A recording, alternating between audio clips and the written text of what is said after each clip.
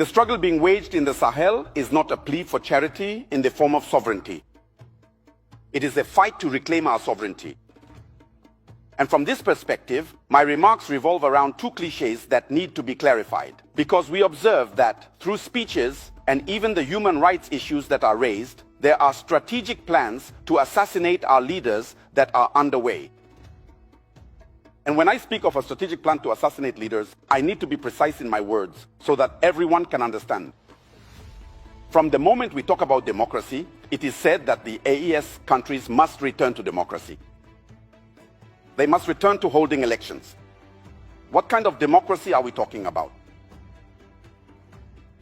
That question mark deserves to be raised, considering that from the 1960s to 2022, if I take the case of Burkina Faso, we have been governed by so-called democrats who were installed, put in place by people sitting on the other side of the oceans. What has been the impact on the ground? Let me give a few examples. From 2022, that is from 1960 to 2022, that makes 62 years. Compared to the period from 2022 to 2026, that's 4 years. In 4 years, here is what has been accomplished.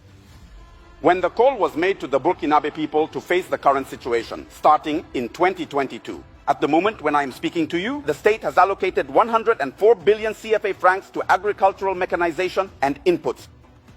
And what results have we achieved? That means 104 billion, which is more. And this allowed us to reach 67,000 tons of cereals to feed the population. Isn't that defending human rights? If you have an accident right now and go to the hospital, you could die because we can't get a scan done. The cost has been reduced from 50,000 to 25,000. That's a 50% reduction during wartime.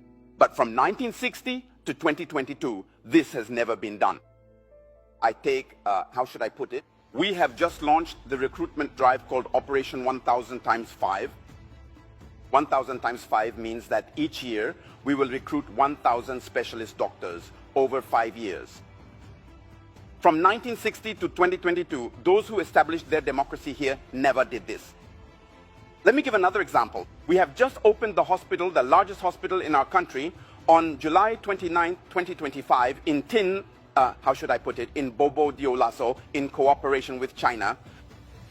And I tell you, Your Excellency, that in our country, since 1960, it was on July 29, 2025 in Tingango, that the first operation enabling a kidney transplant was performed in our country. When someone was sick, they had to take a plane. It was on the other side that they went to have it done. Now it is done in Burkina, in a country that is at war. Another example I would add is the construction of 920 CSPS from 2022 to 2026 in a country that is at war. On December 21st, 2025, or even up to what we have just observed after taking stock, there are 38 newly built health centers in a country that is at war. I could name others as well. People say, but what are human rights? It's the right to life, isn't it? Let me give another example. Regarding the development of lowlands, the development of lowlands to allow farmers, that is peasants, to be able to take care of them, we have gone from 5,000 hectares since the 1960s up to now. We have gone from 5,000 to 25,000 hectares in 2025. But this is a country at war. And still in the field of agriculture, for plowing, for the peasants who own the land, we take tractors and go plow it for them for free. And in 2025, we plowed 58,000 hectares of land for free for the peasants. Is there any greater defense of human rights than that? And when I take, for example, the armed forces, among the 11 agreements where it was stated that we cannot purchase equipment elsewhere unless it's from France, and we cannot train our soldiers elsewhere unless it's in France, I inform you that from 2022 to 2025, we have independently formed around 20 rapid intervention battalions, all fully equipped with at least 500 soldiers per battalion. And I'm not going to give the exact number because the enemy might be listening. And since these are military matters, if I give the details, you could prepare yourselves and come. I won't give everything. I'll just give an approximate figure. Whether it's less or more, you won't know. Second example, we have formed about 10 mobile police intervention unit groups. They are already deployed in the field. We have established gendarmerie legions throughout the entire country, nearly 10 mobile gendarmerie squadrons. They are already deployed in the field.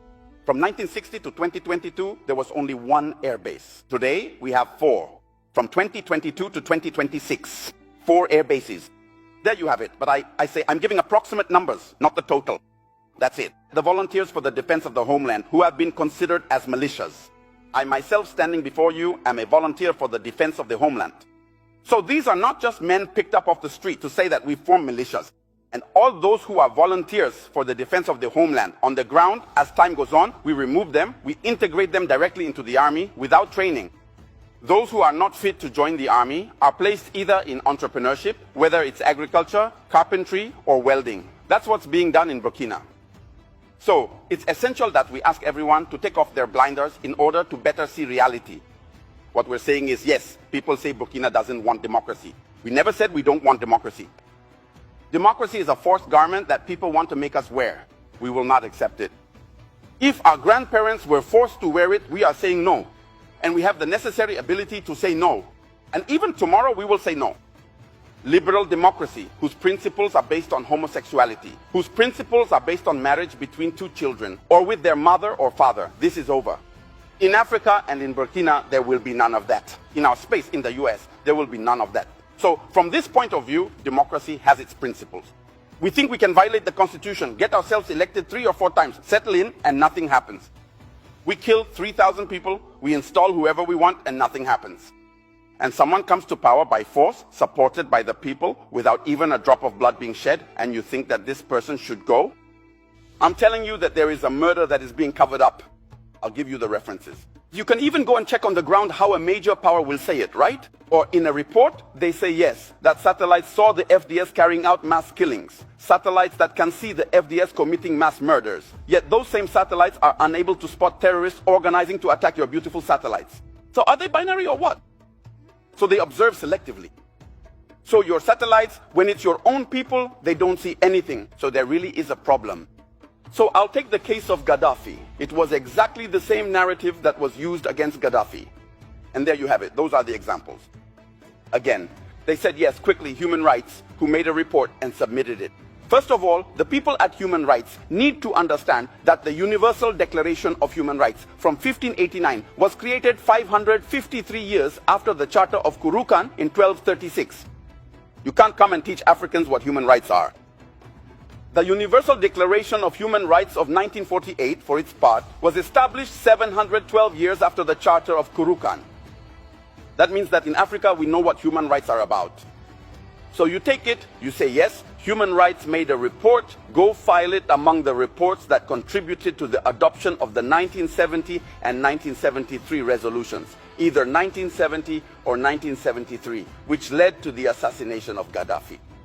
They even said it was to create an aerial exclusion zone. It is a zone that was created. They intervened all the way to the ground.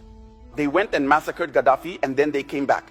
And afterwards, we come back and say, no, the reports that were used there, the evidence wasn't consistent. There you go. These are people who called. That's it. It's online. You can look it up.